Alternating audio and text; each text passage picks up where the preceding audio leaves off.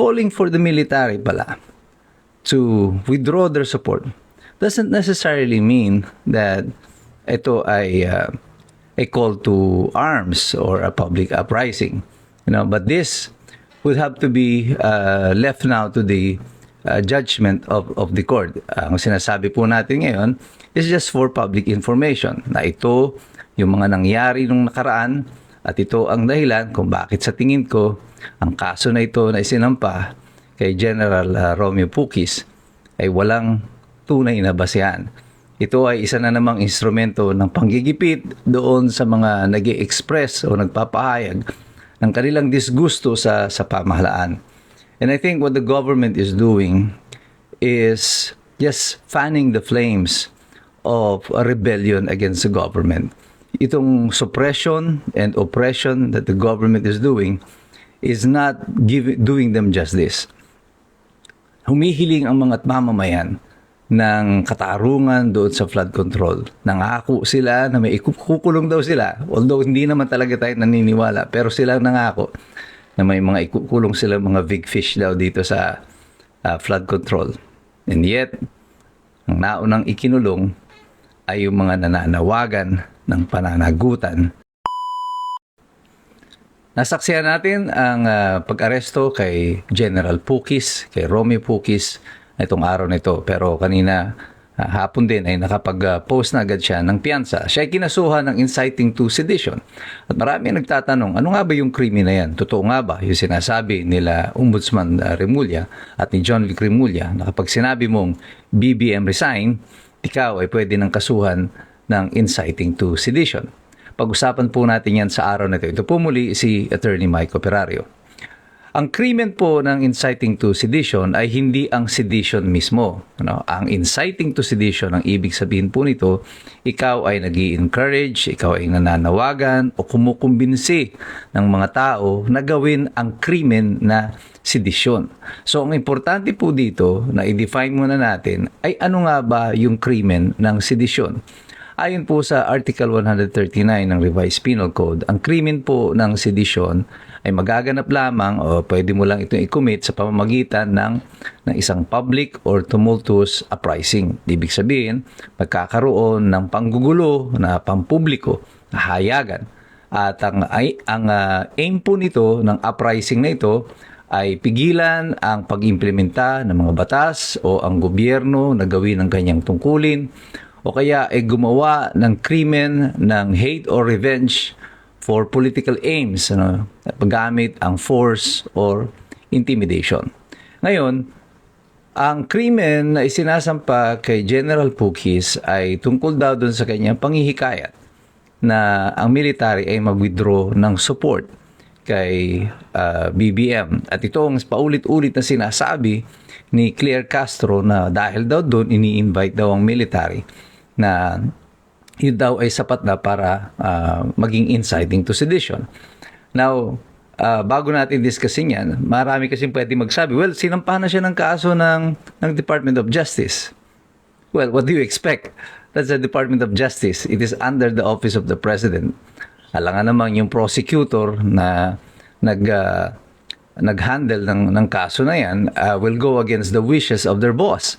Yung presidente mismo and even yung pronouncements na mismo nanggagaling sa Malacanang through Claire Castro, sinasabi na nila may inciting to sedition. Of course, i-echo nila yan. Tama kayo, boss. May inciting to sedition. Sasampa namin yan sa korte. Bahala na yung korte ang mag-decide kung totoo nga na tama kami na meron ng inciting to sedition. Pero balikan natin ang argumento na yon. At totoo nga ba na kung ikaw ay sisigaw ng BBM resign, ikaw ay guilty na ng inciting to sedition? Definitely not. At lalo kasi yung pagsigaw mo ng BBM resign ay hindi po pumapasok doon sa definisyon ng Article 139 na kung saan sinasabi dito kung paano nakukumit yung krimen ng sedisyon. At yan po yung binanggit natin kanina. Kailangan po merong public and tumultuous uprising or di kaya ini-encourage mo na magkaroon ng ganito. Na ang purpose po nito, pigilan ng gobyerno na implementa ang batas, pigilan ang instrumentalities ng pamahalaan na gawin ang kanilang mga trabaho, o di kaya ay mag-commit ka ng acts of revenge or hatred for your political aims. Gamit mo ang force and intimidation. Pag sigaw ng BBM resign, ay wala pong karahasan na involved. Unless sumisigaw ka ng BBM resign, sumusugod ka sa Malacanang at may daladala kang tangke. Ayan po, ay po pwede ka nang makasuhan ng sedition or rebellion. But in this particular case, yan ay saklaw po ng ating karapatan na magpahayag, our freedom of expression. Paano naman ito si General Pukis na ang kanyang sinisigaw ay ini-encourage niya ang kanyang mga fellow military men in uniform, dahil si General Pukis ay retired na, ini-encourage niya ang mga men in uniform to withdraw their support to the President. Is that a crime? Well, babalikan natin muli ang kasaysayan sa panahon po ni Erap Estrada. Nung siya po ay tinanggal sa pwesto sa pamamagitan ng 2001 EDSA 2, matatandaan ninyo, nagkaroon ng rally sa EDSA, nag-ipon-ipon ng mga tao, mga ilang araw, mga 3 araw din.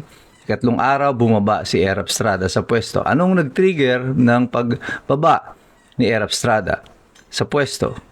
Ang final straw that broke the camel's back, ika nga, yung huling instrumentalidad ng pamahalaan na nag-withdraw ng suporta kay Erap Estrada noon ay ang military.